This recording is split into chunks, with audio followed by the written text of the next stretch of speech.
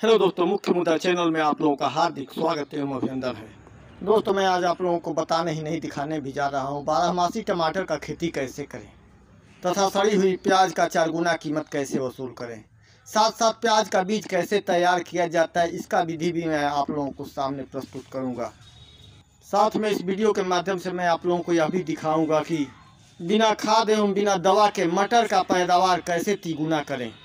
साथ में आप लोगों के सामने अभी प्रस्तुत करने जा रहा हूँ कि फूल गोभी की बीज कैसे तैयार किया जाता है।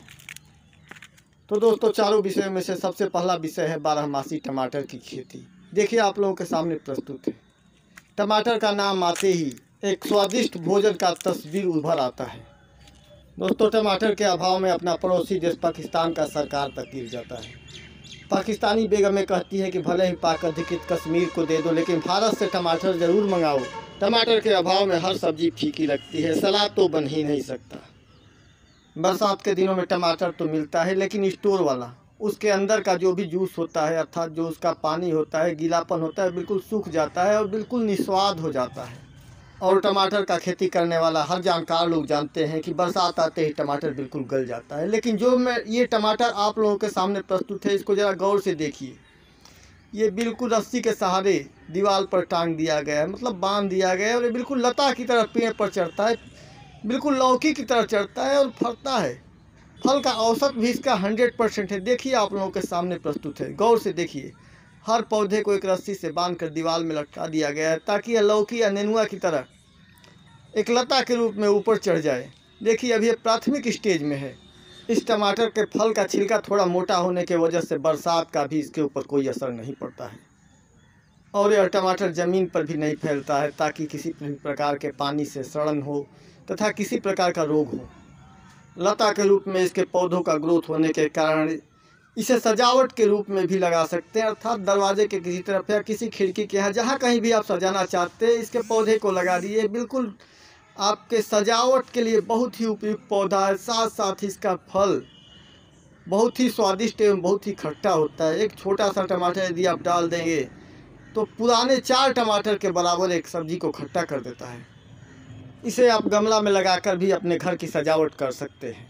हाँ, ये ज़रूर आवश्यक है कि इस पर धूप लगना चाहिए, क्योंकि धूप के द्वारा ही इसके पौधे की ग्रोथिंग होती है। ये टमाटर आउटडोर पौधा की श्रेणी में आता है। इस टमाटर का पैदावार भी सामान्य टमाटर से 4 गुना ज़्यादा होता है तथा यह ड्यूरेबल भी ज़्यादा होता है, अर्थात यह टिकाऊ होता है, जल्दी सड़ता नहीं है। इसलिए किसानों को भी काफ़ी फायदेमंद है तथा खाने वालों को भी 12 महीना बिल्कुल ताज़ा ताज़ा टमाटर, पेड़ से टूटा हुआ टमाटर मिलेगा। तो क्या आप लोग सोचेंगे कि क्या कितना बड़ा खोज है। इस टमाटर के फल का आकार देसी टमाटर के फल के बराबर होता है, अर्थात डंकल की तरह बहुत बड़ा बड़ा नहीं होता है। इसका फल सामान्य देसी टमाटर के बिल्कुल बराबर और स्वाद में देसी टमाटर से कुछ ज़्यादा खट्टा होता है। अब देखिए, कुछ पौधों में टमाटर उगाया है। देखिए, इसका पैदावार देखिए कितना ज़्यादा। हर पत्ती के बगल में कई कई टमाटर फरे हुए हैं।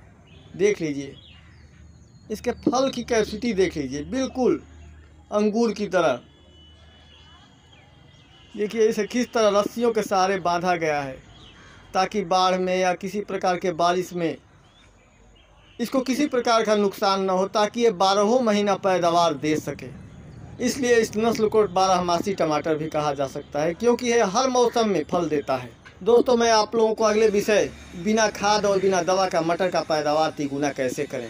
दोस्तों, जो यह तस्वीर आप लोगों के सामने प्रस्तुत है, यह मटर की खेती का है। देखिए, लगता है कि इसका जर्मिनेशन कम हुआ है, लेकिन इसका जर्मिनेशन बिल्कुल सही है। इसे थोड़ा दूर दूर बोया गया है। इसके बाद देखिए, इसमें पानी दिया गया है। पानी देने का तात्पर्य है कि जर्मिनेशन के बाद जब पौधे छोटे छोटे होते हैं, उसी समय इसमें पानी दे दिया जाता है। आमतौर पर लोग मटर में पानी नहीं देते हैं तथा विभिन्न प्रकार के दवा एवं कीटनाशक एवं टॉनिक का उपयोग करके पौधा को बढ़ाने में मदद करते हैं, लेकिन ऐसा नहीं करना चाहिए। पौधा पर किसी भी प्रकार के दवा के छिड़काव से या किसी भी प्रकार के कीटनाशक से छिड़काव से हमारे सेहत पर काफ़ी बुरा प्रभाव पड़ता है। लोग बीमार पड़ते हैं, लीवर की बीमारी होती है, तमाम तरह की बीमारी होती है। लेकिन मटर बोने के उपरांत जब मटर 4-6 इंच का हो जाए, उसी समय उसमें तत्काल पानी दे देना चाहिए, जिससे मटर के जड़ में थोड़ा सा नमी आ जाता है। इससे मटर का पौधे का ग्रोथ बहुत तेज होता है। लेकिन यह भी सच है कि मटर उगने के बाद उसमें सिंचाई करने के उपरांत उसमें काफ़ी घास उग जाती है, जिसके वजह से मटर को काफ़ी नुकसान पहुंचता है। इसलिए खेत में मटर के बीज को थोड़ा कम डाला गया है, ताकि मटर जब भी उगे थोड़ा दूरी पर उगे। इसके बाद मटर को कुड़ाई कर देते हैं। कुड़ाई निराई के बाद उसमें से घास निकाल देते हैं। यदि घास निकल गया और फिर मटर यदि अपने ग्रोथिंग पर आगे बढ़ी तो रुकने का नाम नहीं लेगी। देखिए कितना अच्छा ग्रोथिंग, कितना अच्छा पौधा है। इसका फल पर भी गौर से देखिए, लंबे लंबे 12 दाने 14 दाने का यह मटर आप लोगों के सामने प्रस्तुत है। यह देखने में भी सुंदर लगता है तथा खाने में भी बहुत ही ज़्यादा स्वादिष्ट लगता है।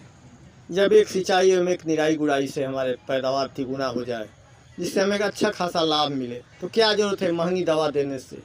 महंगी दवा या कीटनाशक डालने से हमारा स्वास्थ्य भी खराब होता है तथा बहुत ज़्यादा इच्छित लाभ भी नहीं मिल पाता है। पैदावार भी इस प्राकृतिक विधि से कम होता है। यह मटर कोई विशेष बीज या विशेष डंकल या विशेष खोज नहीं है। यह सामान्य गोल्डन मटर है, जिसे दशहरा से पहले बोया गया है। विजयादशमी या दशहरा के आसपास का जो समय होता है, मटर बोने के लिए सबसे उपयुक्त माना जाता है। उसी समय अधिकतर लोग मटर बोते हैं। यह मटर 15 दिसंबर के आसपास तैयार हो जाता है, अर्थात 15 दिसंबर के बाद इसको आप लोग खूब प्रेम से खा सकते हैं।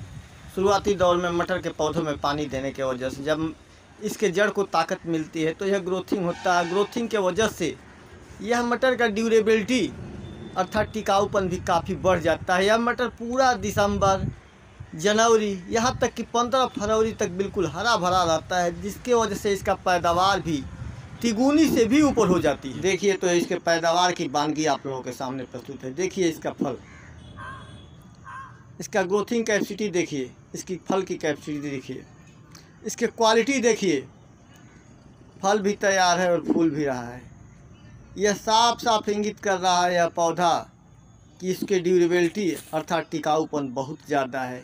यह बहुत लंबे समय तक फल देगा। इस ताज़े मटर का उपयोग आप दिसंबर से लेकर फरवरी तक खूब शौक से कर सकते हैं। तो दोस्तों मैं आप लोगों को ले चलता हूँ सड़ी हुई प्याज का 4 गुना कीमत कैसे वसूलें। दोस्तों जब कभी भी आप प्याज खरीदते हैं तो उसमें कुछ सड़ी हुई या जमी हुई प्याज आ जाती है, उसको आप लोग बेकार समझकर फेंक देते हैं। यदि उस प्याज को फेंकने के बजाय आप उसे किसी गमला या ज़मीन में गाड़ दें और थोड़ा सा पानी दे दें तो यह जम करके निश्चित रूप से लागत का 4 गुना आप लोगों को रिटर्न देगी। आइए दिखाते हैं और समझाते हैं वो कैसे संभव है। आप बाज़ार से 30 से 40 रुपया किलो सग्गा प्याज खरीदते हैं, हरा प्याज, जिसे पकौड़ी वगैरह बनाते हैं, आप सब्जी में भी डालते हैं।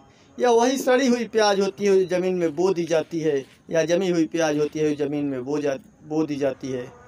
वही सड़ी हुई या जमी हुई प्याज आगे चल करके हरा पत्तेदार प्याज या सग्गा प्याज हो जाता है। यदि आप गमले में लगाते हैं तो देखिए इसका कितना खूबसूरत फूल भी होता है, सफ़ेद सफ़ेद बड़ा बड़ा। यह बिल्कुल प्याज का ही फूल है। इसके अलावा यदि आप प्याज का बीज निकालना चाहते हैं तो ये जो फूल सफ़ेद दिखाई दे रहा है, इसको थोड़ा सा इंतज़ार करिए, कुछ दिनों में सूख जाता है। इसके बाद इसकी मड़ाई कर देते हैं। इसमें काला काला बीज तैयार होता है जो काफ़ी कीमती होता है। वर्तमान में प्याज का बीज 1 किलो प्याज का बीज 2000 से लेकर 8000 रुपये प्रति किलो तक है। अब आप खुद विचार करिए, जो चीज़ आप सड़ा हुआ बेकार समझकर फेंक देते हैं वो कितना कीमती है। दोस्तों इस वीडियो का अंतिम विषय आप लोगों के सामने प्रस्तुत है, गोभी का बीज कैसे तैयार करें। दोस्तों गोभी बहुत लोग लगा देते हैं अपने घर आंगन में, 100 पेड़ 50 पेड़ लगा देते हैं, जो यूज नहीं हो पाता है। कभी कभी होता है कि गोभी बहुत ज़्यादा एक साथ फूल जाती है, एक साथ तैयार हो जाती है, उसका यूज नहीं हो पाता है, छोटा परिवार यूज नहीं कर पाते हैं, इसलिए यह गोभी फूट करके बेकार हो जाती है। लोग कबाड़ करके फेंक देते हैं, उखाड़ करके फेंक देते हैं। यदि आप ख़राब हुए गोभी के पौधे को उखाड़ कर फेंकने के बजाय उसको उसी तरह कुछ दिन छोड़ दें, थोड़ा सा पेशेंस रखें, थोड़ा सा इंतज़ार करें, तो यह गोभी के बीज के रूप में भी तैयार हो जाता है। देखिए थोड़ा सा छोड़ दिया गया है, 1 महीना बाद देखिए बिल्कुल सरसों के फल की तरह गोभी का फल भी आ गया। इसी फल को आप यदि सुखा करके रगड़ेंगे तो इसमें गोभी का बीज मिल जाएगा, जो कि अगले सीजन में आपको बोने के लिए आपका विश्वसनीय बीज मिल जाएगा कि जो क्वालिटी आप बो रहे हैं वह कैसा बो रहे हैं। घर का बीज, घर का क्वालिटी तो आप खुद ही समझ रहे हैं कि कितना महत्वपूर्ण होता है। कुल मिलाकर खेती में पेशेंस, कुछ नया सोच की ज़रूरत है। यदि आप पेशेंस रखते हैं, नया सोचते हैं, धैर्य रखते हैं, उसका उपयोग के लिए नए नए प्रयोग करते हैं तो निश्चित रूप से आप लोगों को लाभ मिलेगा। केवल वैज्ञानिकों के सहारे आप लोग न रहें, क्योंकि कभी